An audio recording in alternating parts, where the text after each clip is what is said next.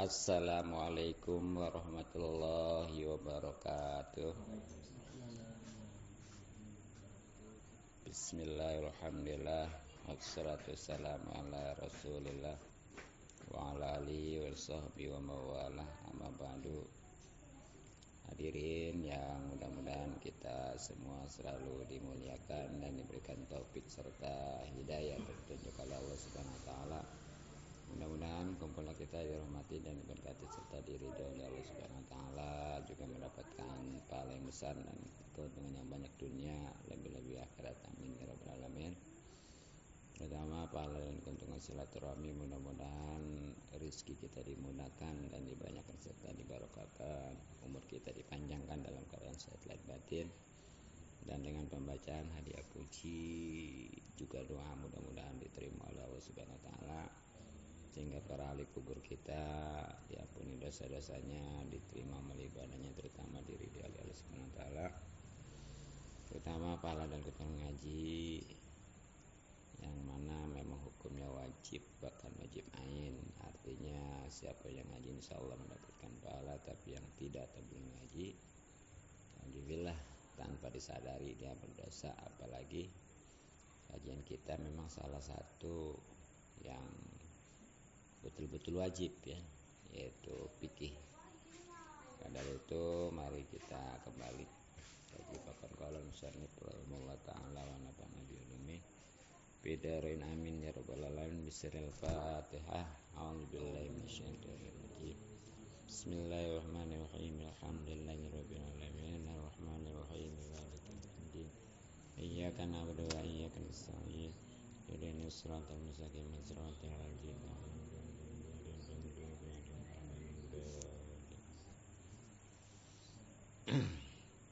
wa yusanu, dan disunahkan bisujudi, ketika sujud, wadu ampin, meletakkan hidung, bal yuta'akadu, bahkan sangat dikuatkan, liqabarin, karena hadis sahihin yang sahih. Jadi setelah menjelaskan tentang sujud juga syarat-syaratnya yang harus terpenuhi ketika sujud dan tahu. Nah, sekarang kesunahan-kesunahannya. Artinya kesunahan itu kalau ada atau terpenuhi ketika sujud ya tambah pahala. Tapi kalau enggak, sujud tetap sah, sholatnya juga, tapi nanti bisa mengurangi bahkan menghilangkan pahala. Maka dari itu walaupun sunnah juga harus diperhatikan dan tentunya harus tahu ya. Nah, diantaranya disunahkan ketika sujud itu meletakkan hidung, pastinya dalam keadaan terbuka, nggak ada penghalangnya. Bahkan sangat dikuatkan atas dasar hadis yang sahih itu. Di kesimpulannya meletakkan hidung ketika sujud sunnah. Makanya bagaimana waktu zaman Covid ya, yang itu ditutupin kan hidung ketika sujud, dia pakai masker, ya sah saja karena sunnah ya dasarnya gitu.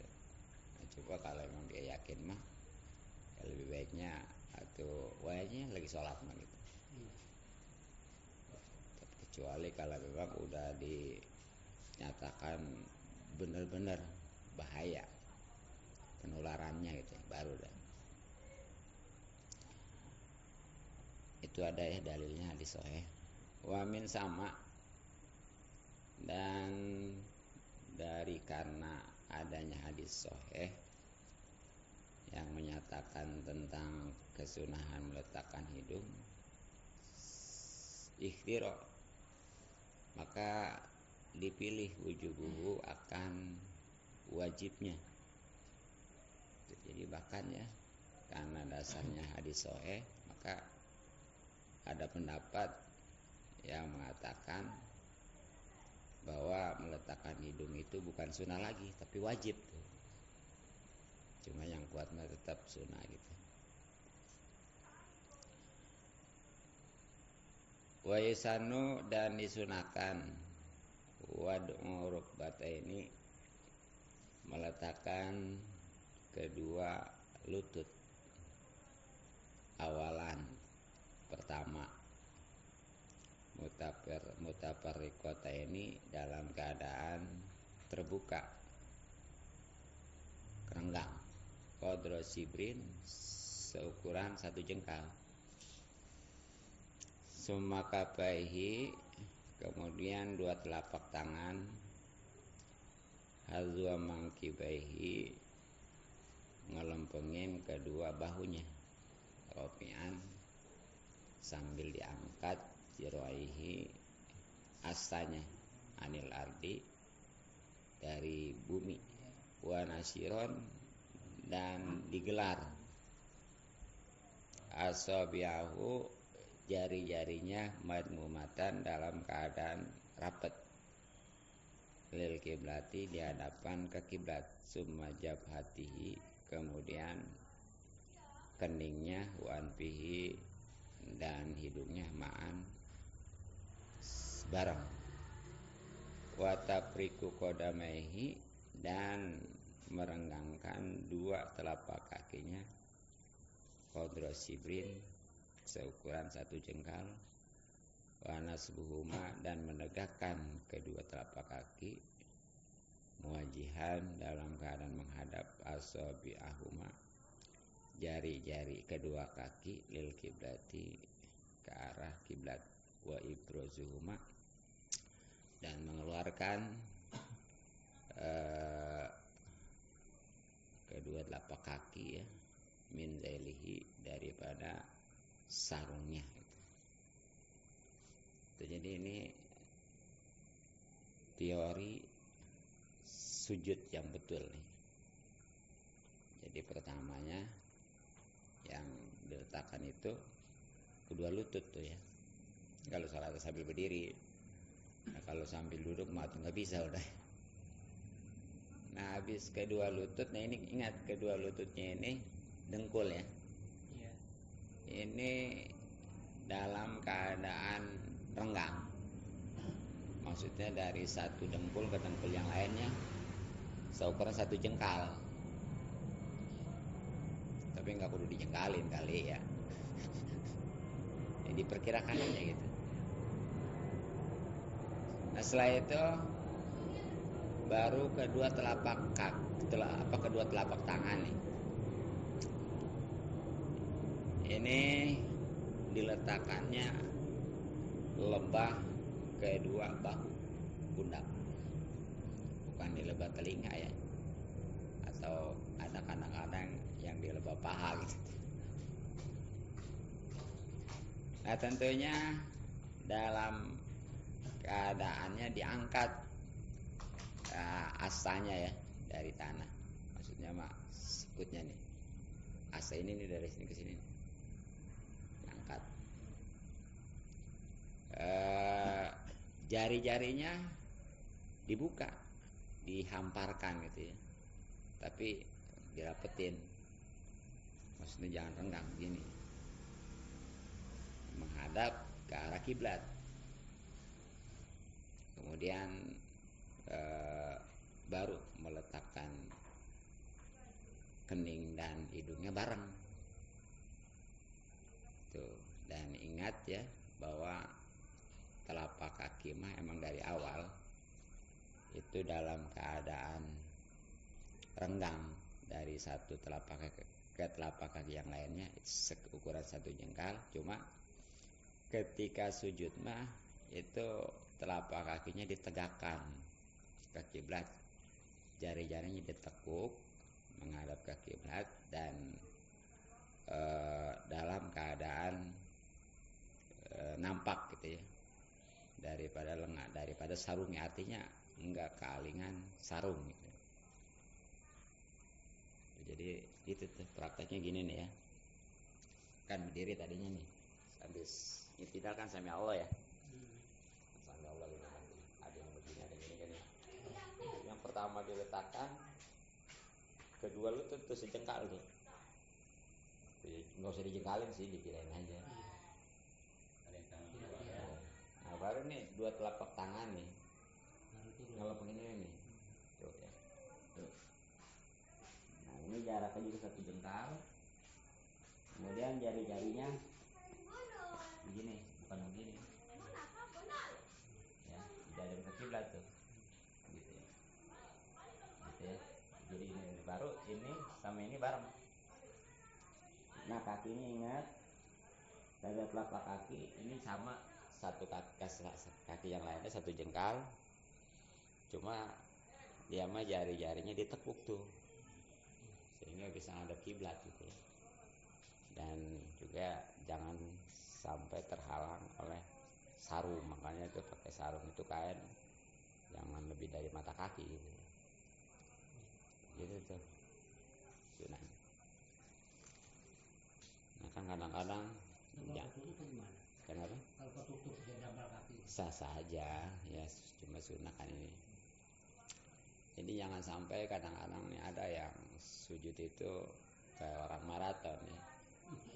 Artinya bukannya lutut dulu, bukan dengkul dulu, kedua dengkul atau kedua lutut yang diletakkan, tapi kedua telapak tangan.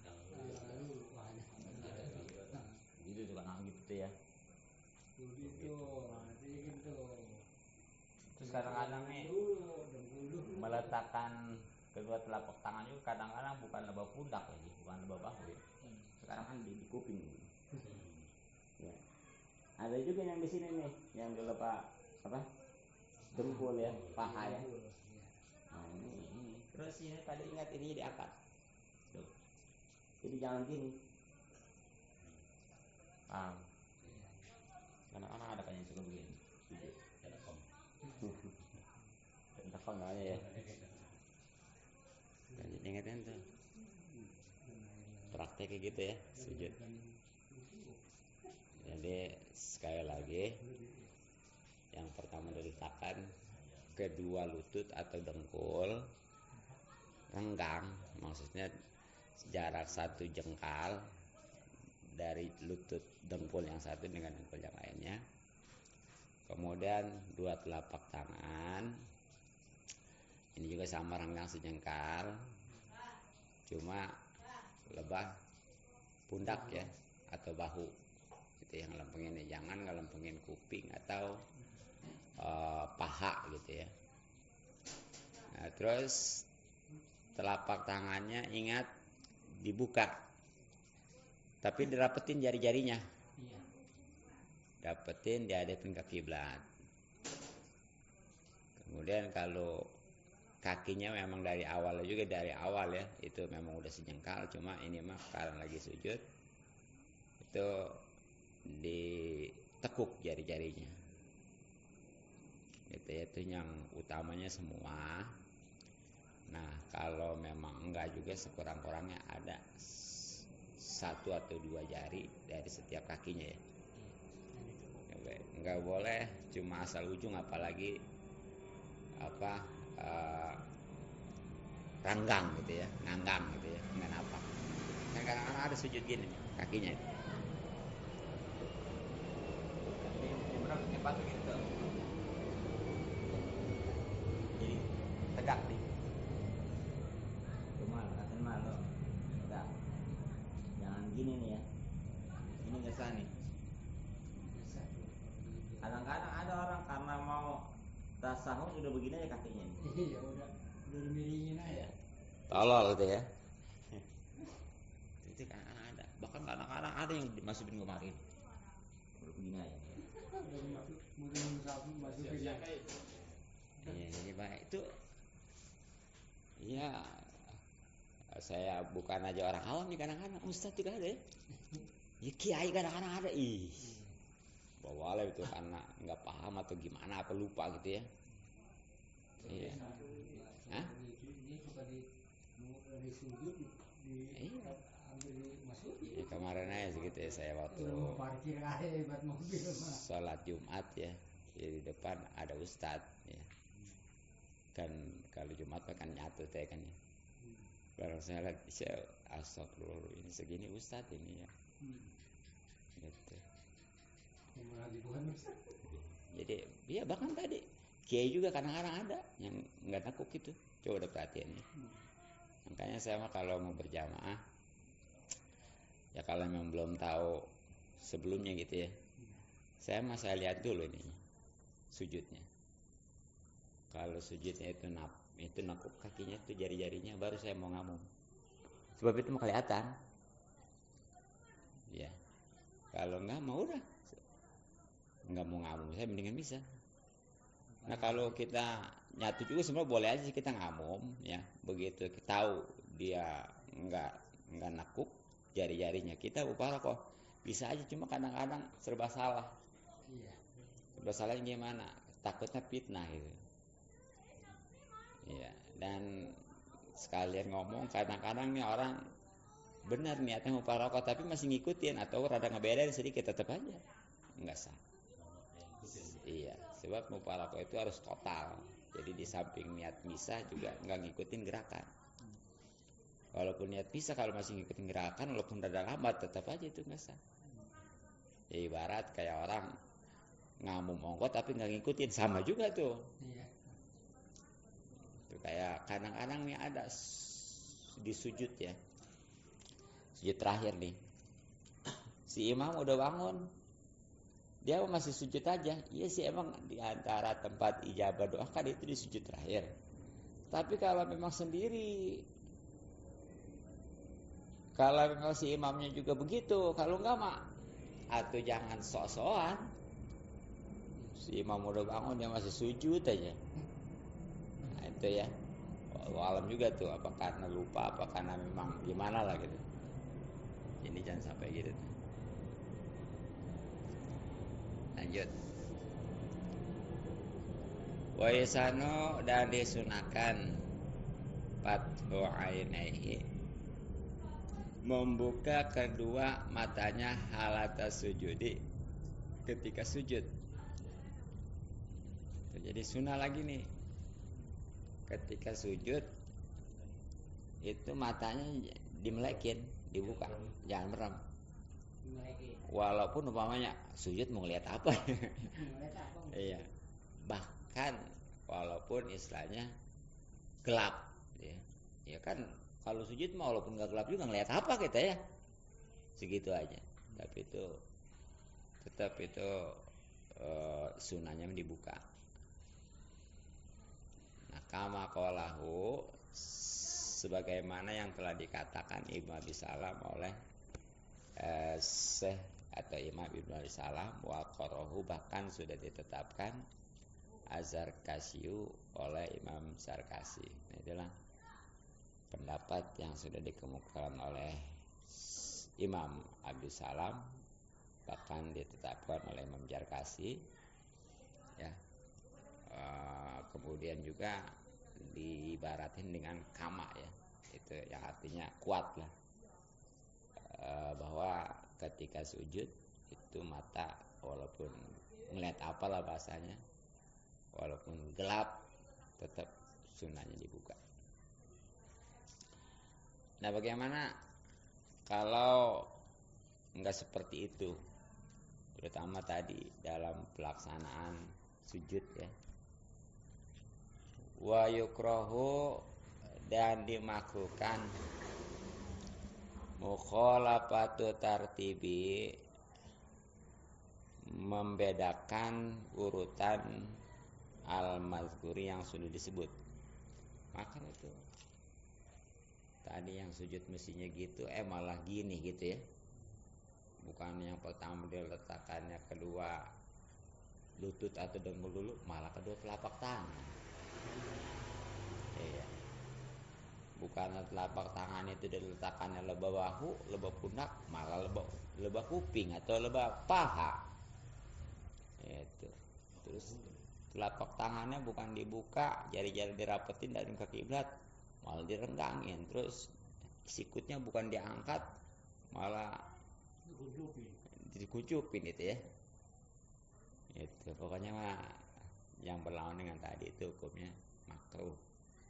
Begitu juga wa ada muwadil anfi, enggak meletakkan hidung tuh. Yang tadi dasarnya sunnah bahkan muakkad, malahan ada yang mewajibkan ya. Nah ini karena umpamanya musim Covid kemarin, nah itu makruh kalau nggak diletakkan mah itu ya. Dan kalau makruh ini nantinya konsekuensinya gimana?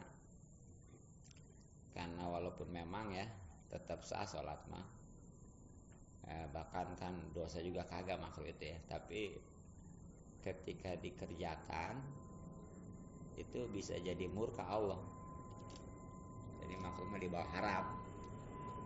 Kalau haram mah udah ada tindakan gitu, disiksa gitu ya. Kalau makruh mah belum ada tindakan, belum ada penyiksaan, tapi dibenci. Tapi walaupun gitu juga ya sangat disayangkan. Aturan dapat pahala sholat jadi enggak. Contoh gini nih ya, pokoknya kita nih punya teman medok biasa, pokoknya mah tadinya mah apa juga udah sama-sama dah ya. Nah dia bahkan sampai janji nanti kalau umpamanya ada milik mau ngasih hadiah tuh ke temannya. Tiba-tiba ya temannya itu mengkhianati, mukul mah belum dia, tapi udah benci di hati itu, kira-kira seandainya dapat milik dia jadi nggak tuh ngasih hadiah? Kagak, kayak gitu tuh ya. Makanya tadi walaupun sunnah juga harus diperhatikan, terutama tentang ilmunya gitu ya. Terus wa qaulu subhana rabbiyal a'la wa bihamdihi, dan membaca subhana rabbiyal a'la wa bihamdihi salasan 3 kali fi sujudi, ketika sujud. Jadi juga sunnah nih membaca subhana rabbiyal a'la wa bihamdi atau tasbih sujud lah gitu ya, 3 kali. Itu bacanya mah enggak wajib, enggak. Baca subhana rabbiyal a'la itu enggak wajib, enggak, sunnah. Jadi baca aja bagus, dapat pahala kalau udah tahu ya. Seandainya enggak juga diem aja ketika sujud atau sah saja. Makanya bisa ditengetin setiap rukun sholat nih ya, yang sifatnya perbuatan. Kalau yang wajib tumanina itu pasti bacaannya nggak wajib. Contoh ruku wajib tumanina, bacaannya nggak wajib. Terus i'tidal wajib tumanina, bacaannya nggak wajib, yang sami Allah itu. Terus ini sekarang sujud ya, itu wajib tumanina, nggak wajib bacaannya gitu. Nah apa sebabnya nih? Ketika sujud itu sunnah juga membaca subhana rabbiyal a'la wa bihamdihi lilit bak, karena memang ngikuti Nabi itu. Jadi kalau pengen tahu Nabi sholat khusus ketika sujud yang dibaca itu tuh. Kalau pengen tahu menanya kita, kalau nggak ngaji mah dari guru kita, dari guru terus nyambung kepada Rasul. Atau mana tahu? Ya. Sedangkan kan perintah Rasul itu solu kamaro itu minusoli, sholatnya seperti kamu lihat aku sholat. Atau bagaimana kita mau lihat aja, ketemu juga kagak. Emang gak sejaman. Seada sejaman juga tuh kudu perlu berapa puluh juta kayak Madinah ya. Gitu, makanya alhamdulillah tuh ada guru-guru ya. Nah itu perlu juga tuh kalau pengen ini mah dipikirin tuh subhana rabbiyah artinya ya, biar khusyuk. Jadi ketika sujud mulut membaca subhana rabbiyal a'la wa bihamdi, hati mah ngatiin subhana rabbiyah maha suci Tuhanku al a'la yang maha luhur wa bihamdi, dan dengan pujiannya gitu ya. Itu aja. Gitu. Kemudian wa yazidu dan menambahkan man maro, orang yang sudah lewat, nadman sunnah. Allahumma laka sajatu dan seterusnya lah. Jadi sunnah lagi nih kalau memang mau mah ya.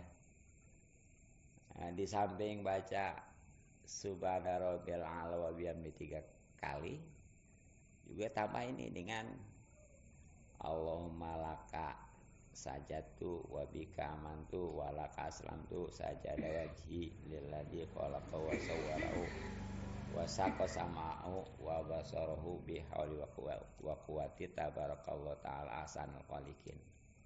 Tuh kalau mau menamain kayak bacaan sujud tilawah, kayak bahasa sujud syukur gitu ya, kayak gitu tuh. Ini tambahin, tapi jarang ya. Saya juga ini baca waktu sujud syukur doang, sama sujud tilawah ya. Kalau sholat tujakan. Iya. Nah, itu lah kudu tawa. Bagus tuh kudu tawa artinya ya. Allahumma ya Allah laka milikmu, kepadamu saja tuh saya sujud, wabika dan kepadamu aman tuh saya beriman, walaka dan kepada kamu aslam tuh saya menyerahkan saja Anda sudah sujud wajhiya wajah saya lilladzi khalaqahu kepada zat yang telah menciptakannya, wasawwaruhu dan sudah membentuknya, wasaqo bahkan sudah ya membelah sam'ahu telinga, wabasaruhu dan penglihatan sehingga bisa ngelihat bisa ngedengar gitu. Bihaulihi tentunya semua karena daya wa kuwati dan kekuatan Allah tabaraka wa ta'ala. Maha berkah Allah Ta'ala ahsanul khaliqin adalah sebaik-baik yang menciptakan gitu ya. Itu. Kemudian wa yusanu dan disunahkan iksaru doai memperbanyak doa bihi ketika sujud. Jadi di samping baca subhana rabbiyal a'la wa bihamdi terus ditambah tadi Allahumma lakas sajadtu wa bika amantu wa lakas aslamtu wa sajada wajhiya lilladzi khalaqa wa sawwara wa saqa sam'a wa basara bihauli wa quwwati tabarakallahu ahsanul khaliqin. Juga banyakin doa lagi ya yang lainnya.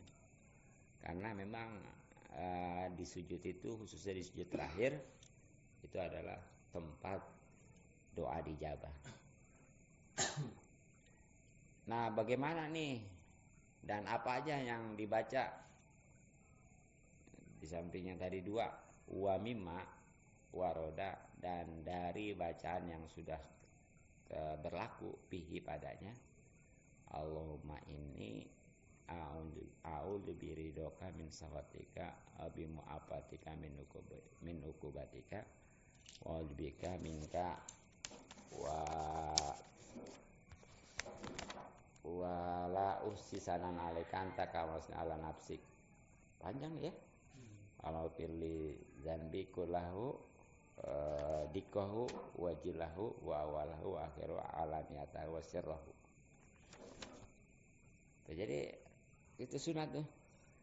Di samping tadi dua subhana rabbiyal a'la sama Allahumma lakas sajadtu itu tambahin lagi nih Allahumma ini kalau diartiin mah ya Allahumma ya Allah ini sungguhnya saya auju itu berlindung diri doka dengan keriduan engkau min sa'atika daripada kemurkaan engkau wabi mu'afatika dan kewalasan engkau min hukubatika daripada pemaafan engkau ya maksudnya min hukubatika daripada sisa engkau wa'udzubika dan aku berlindung bika kepadamu minka darimu lausi saya enggak bisa untuk menghitung sanaan pujian alaika atas engkau anta yang engkau kam asnaita sebagaimana engkau telah memuji ala nafsi atas zatmu sendiri. Firli ya Allah ampunilah saya jambi dosa saya kullahu seluruhnya dikohu yang kecilnya wajilahu yang besarnya wa yang agungnya wa awalahu yang akhirnya wa akhiroh dan wa zawalahu dan awalnya wa akhiroh dan akhirnya wa alaniyatau yang terang-terangannya wasiro maupun yang sembunyi-sembunyinya tuh ya panjang ya iya Qala telah berkata Firraudo di dalam kitab Ar-Raudo. Tatwilu sujudi memperpanjang sujud abdulu itu lebih utama min tatwili rukui daripada manjangin ruku. Ini ya Imam Nawawi ini berkata di dalam kitab Raudo. Imam Nawawi imam ya, bukan Senawawi. Kalau Senawawi mau orang Tenara, ini imam ulama tahun 565 atau berapa ya. Di sini walaupun nggak disebut orangnya, tapi ketahuan dari kitabnya, kitab Raudo ya, berarti Imam Nawawi. Kata Imam Nawawi, manjangin sujud itu lebih utama daripada manjangin ruku. Ya walaupun kedua-duanya ini termasuk rukun yang panjang, boleh aja ruku dipanjangin, sujud juga dipanjangin, tapi ya masih lebih baik manjangin sujud daripada manjangin ruku gitu aja. Makanya di samping baca subhana rabbiyal a'la wa bihamdi, kalau ruku, kalau sujud ya, kalau rukunya mah subhana rabbiyal a'la, itu kalau ruku ya benar ya subhana rabbiyal azim ya. Nah kalau rukunya subhana rabbiyal a'la itu walaupun ditambah lagi sampai tadi ditambah lagi ya, itu nggak apa-apa karena itu mah rukun panjang. Itu. Wasa minuha.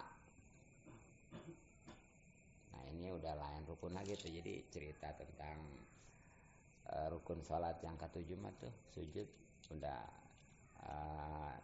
beres tuh ya, dari pengertiannya, kemudian syarat-syaratnya juga kesunahan-kesunahannya tuh ya.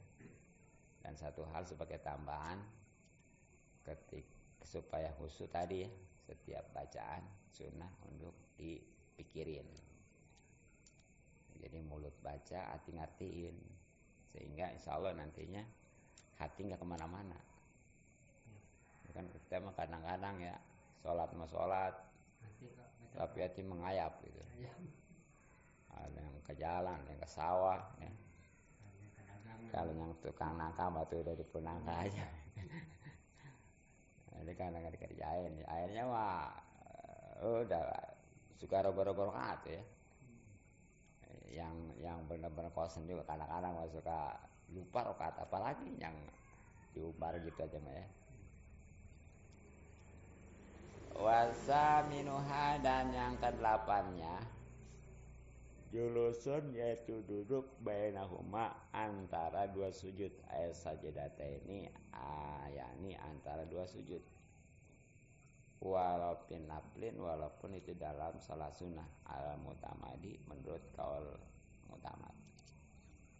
Jadi yang ke-8-nya nih rukun salat menurut kitab ini ya. Ya.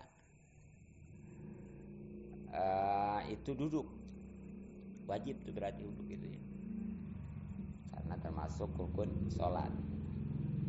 Nah tentunya antara dua sujud yang bacaannya robik pilih dan seterusnya. Nah bagaimana kalau sholat sunnah? Walaupun nafli tadi katakan, walaupun dalam sholat sunnah ya, kalau menurut kaul mutamad mah tetap aja tuh yang namanya duduk itu wajib. Duduk antara sujud itu wajib karena termasuk rukun sholat gitu ya. Itu jadi walaupun sholat sunnah kan, kalau berdiri mah kemarin ya, itu kalau wajib juga kalau sholat wajib yang 5 waktu termasuk Jumat. Tapi kalau sholat sunnah mah dia mah nggak wajib berdiri mah. Makanya seandainya orang itu sholat sunnah dia langsung bari duduk, padahal mah masih bisa berdiri, sah saja. Tapi pahalanya kalau yang dia masih bisa mah diskon 50%. Nah, adapun kalau sholat wajib mah kalau memang masih bisa berdiri nggak boleh bari duduk gitu. Kecuali kalau udah nggak bisa bari berdiri boleh bari duduk ya. Dan insya Allah pahalanya nggak beda. Gitu. Wajibu dan wajib ala yaksida, untuk tidak bermaksud birofihi, waktu bangunnya untuk duduk antara dua sujud gerohu pada selainnya. Jadi ini merupakan syarat duduk antara dua sujud nih ya. Jadi wajib jangan bermaksud waktu ngangkat atau bangun dari sujud itu untuk duduk antara dua sujud, jangan maksud kepada selainnya atau tujuan yang lainnya. Nah contohnya gimana sih? Nah di sini dikasih contoh ya. Walau ropa'a, maka kalau ada orang yang sholat mengangkat mau duduk antara dua sujud gitu, mau duduk antara dua sujud benar dari sujud, tapi pasaan karena kaget min nawilasi akrobin, karena semacam sengatan kalajengking ya, ada maka wajib kudu ngulangin as-sujuda sujud.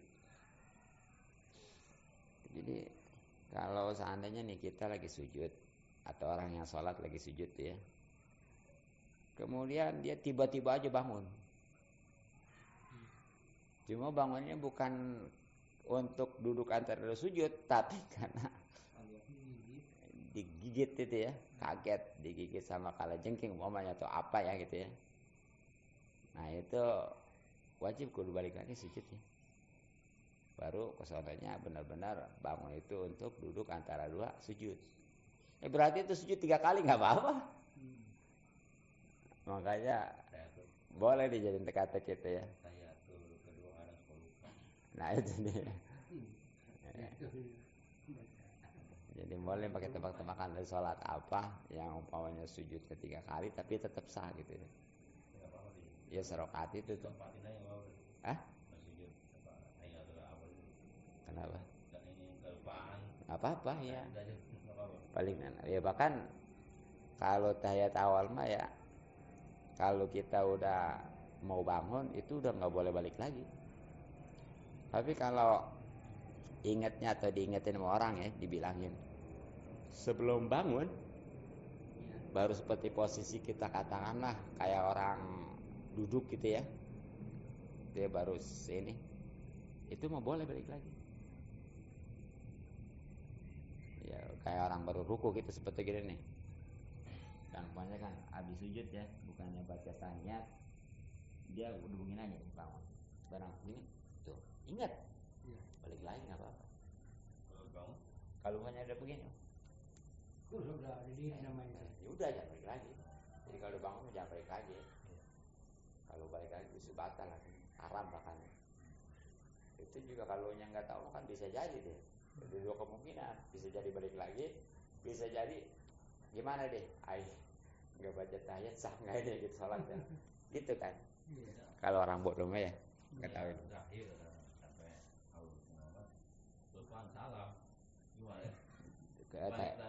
Tahiyat nyampe bacanya. Jadi gitu. Nggak apa-apa, itu kan sunnah kesunnya. Iya, jadi kan di dalam tasawuf akhir itu kan, ya kan tasawuf itu sebenarnya mah tasawuf tetap wajib. Cuma di situ kan ada sholawat ya, baik ke Nabi maupun ke keluarga, juga ada doa ya. Pokoknya mah bacaan-bacaan yang di tasawuf akhir itu tuh yang berupa tasawuf, sholawat kepada Nabi, keluarga dan keluarga, juga doa itu ada tiga macam nih. Satu yang wajib, yaitu tasawufnya sama sholawat kepada nabinya. Itu wajib tuh, karena rukun sholat. Yang kedua, yang sunnah abadnya, itu yang membaca sholawat kepada keluarga nabi, yang ala Sayyidina Muhammad. Ya sunnah abad tapi itu, kayak tasawuf awal tadi. Nah yang ketiganya baru sunnah hayat, yang nggak kudu, yang nggak sunnah ditambah masjid sawi, itu ketika selain daripada itu tuh yang sholawat kepada keluarga seperti sono doa gitu ya, jadi gitu ya. Kenapa? Iya. Wala yadurru, dan tidak berbahaya idamatu wad iyadaihi ya, melanggengkan, meletakkan kedua tangan alal ardi di atas tanah ila sajdati sampai kepada sujud as-saniyati yang kedua. Ittifaqan itu kompak ya para ulama. Jadi nggak apa-apa, tetap sah. Ketika duduk antara dua sujud nih, tangannya ya masih diletakkan di tempat di tanah gitu sampai sujud kedua contohnya. Ketika duduk nih kan gini kan, tadinya gini nih. Yang dia bangun tangannya masih begini nih. Masih di bawah. Ya masih nempel sama tanah gitu ya. Ya sampai karena memang dia sujudnya punya tangan tadinya di sini nih. Jadi begitu sujud begini, begitu dudukan terus itu begini aja. Nah itu nggak apa-apa sih. Ya, tapi ya cuma lebih dari makhluk kayaknya ya. Gitu. Gitu ya, kan cara sujudnya tadi udah salah kan. Kali ini. Hah? Iya makruh. Gitu. Iya. Nah tapi hilapan nih beda. Liman wahama bagi sebagian ulama yang menyangka bihi pada apa namanya masalah itu. Jadi sebagian ulama bahkan itu dianggap bisa apa namanya membatalkan gitu ya. Makanya baiknya mah ya hindarkan gitu walaupun nggak berbahaya gitu ya.